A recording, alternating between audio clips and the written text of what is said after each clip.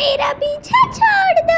मैंने आखिर तुम्हारा क्या बिगाड़ा है? किसी जंगल में एक अनार का बहुत बड़ा पेड़ था। उस पेड़ पर एक छोटी सी चिड़िया रहा करती थी। उस चिड़िया का नाम रानी था। रानी चिड़िया को अपने अनार के पेड़ से बहुत ज्यादा प्यार था। उस अनार के पेड़ पर बहुत सा फल लगता था, जिसे रानी चिड़िया सारे जंगल के पक्षियों के साथ मिल बांट कर खाती थी। मगर रानी चिड़िया अकेले ही उस पेड़ की खूब सेवा किया करती थी। रानी चिड़िया उस पेड़ से बातें भी किया करती थी। प्यारे पेड़, मैं बचपन से ही तुम्हारे साथ रहती हूँ, क्योंकि तुम्हें तो पता है कि मेरा इस दुनिया में कोई नहीं है, इसीलिए तुम ही मेरे लिए सब कुछ हो। पायल, रानी चिड़िया अपने पेड़ का कितना ख्याल रखती है, इसलिए तो उसके पेड़ पर इतने फल लगते हैं, वरना जंगल के दूसरे पेड़ों पर तो कोई फल नहीं लगते। हाँ कबूतर, तुम बिल्कुल ठीक कह रहे हो, मगर रानी अपने पेड़ के फल खाने से किसी को नहीं रोकती।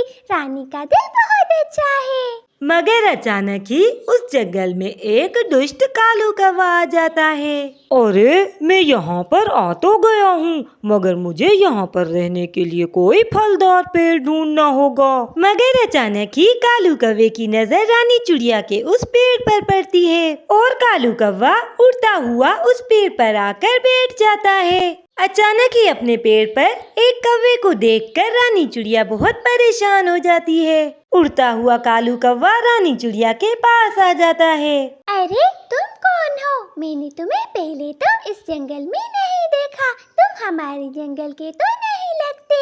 चिड़िया, मैं कहीं से भी आया हूँ, इससे तुम्हें क्या मतलब? बस जल्दी से ये पेड़ छोड़ दो, आज के बाद मैं इसी घर में रहूँगा। अरे दुष्ट कौवे, ये तुम क्या कह रहे हो? ये पेड़ मेरा घर है और मैं इस पे बचपन से रहती आ रही हूँ। मैं इसे छोड़कर कहीं नहीं जाऊंगी। चिड़िया, ये पेड़ तुम्हारा घर था, मगर अब नहीं। अगर कल तक तुमने ये घर खाली नहीं किया तो मुझसे बुरा कोई ना होगा। इतना कहकर वो कालू कौवा वहाँ से चला जाता है और रानी बेचारी उसे देखती रह जाती है। मुझे कुछ ना कुछ तो करना होगा, वरना ये दुष्ट कौवा मेरे घर पर और मेरे इस सुंदर पेड़ पर कब्जा कर लेगा। इसके बाद रानी चिड़िया मदद के लिए अपने जंगल के सारे दोस्तों के पास पहुंच जाती है। अच्छा, तो ये बात है, तुम चिंता ना करो, हम सब मिलकर उस कालू कौवे को देख लेंगे। हाँ पायल, मगर मुझे डर है कि उस कालू कौवे ने मेरे घर पर कब्जा कर लिया तो मैं कहाँ जाऊंगी? रानी, तुम चिंता क्यों करती हो? बाकी हम दोस्त तुम्हारे किसी दिन काम आएंगे। हम सब मिलकर उस कालू कौवे का मुकाबला करेंगे। बहुत बहुत धन्यवाद दोस्तों, मुझे तुम सबसे यही उम्मीद थी। प्यारे दोस्तों, अगर वीडियो पसंद आए तो वीडियो को लाइक करें और हमारे चैनल को सब्सक्राइब करें। आपका धन्यवाद। अगले दिन फिर से कालू कौवा रानी चिड़िया के घर पहुंच जाता है। अरे चिड़िया, तुम अभी तक घर छोड़कर गई नहीं? नहीं कालू कौवे, मैं यहाँ से कहीं नहीं जाऊंगी। अगर कोई जाएगा तो वो तुम होंगे। हाँ दुष्ट कौवे, रानी बिल्कुल ठीक कह रही है, तुम चुपचाप यहाँ से चले जाओ, वरना हम तुम्हारा वो हाल करेंगे कि याद रखोगे। कालू कौवा जंगल के सारे पक्षियों को एक साथ देखकर थोड़ा डर जाता है। अभी तो मैं जा रहा हूँ, मगर मैं ऐसे हार नहीं मानूंगा। इस छोटी सी चिड़िया से ये घर तो मैं छीन कर ही रहूंगा। यूं कालू कौवा रानी के दोस्तों से डरकर वहाँ से भाग जाता है। कुछ दिन ऐसे ही गुजर जाते हैं। एक रात बहुत तेज बारिश हो रही थी। रानी चिड़िया आराम से अपने घर के अंदर बैठी हुई थी और अचानक ही उसे कुछ आवाजें सुनाई देती हैं। अरे, कौन है मेरे घर की छत पर? मुझे बाहर जाकर देखना चाहिए। चिड़िया जब घर से बाहर निकलती है तो क्या देखती है कि उसके घर की छत पर तो कालू कौवा बैठा हुआ था।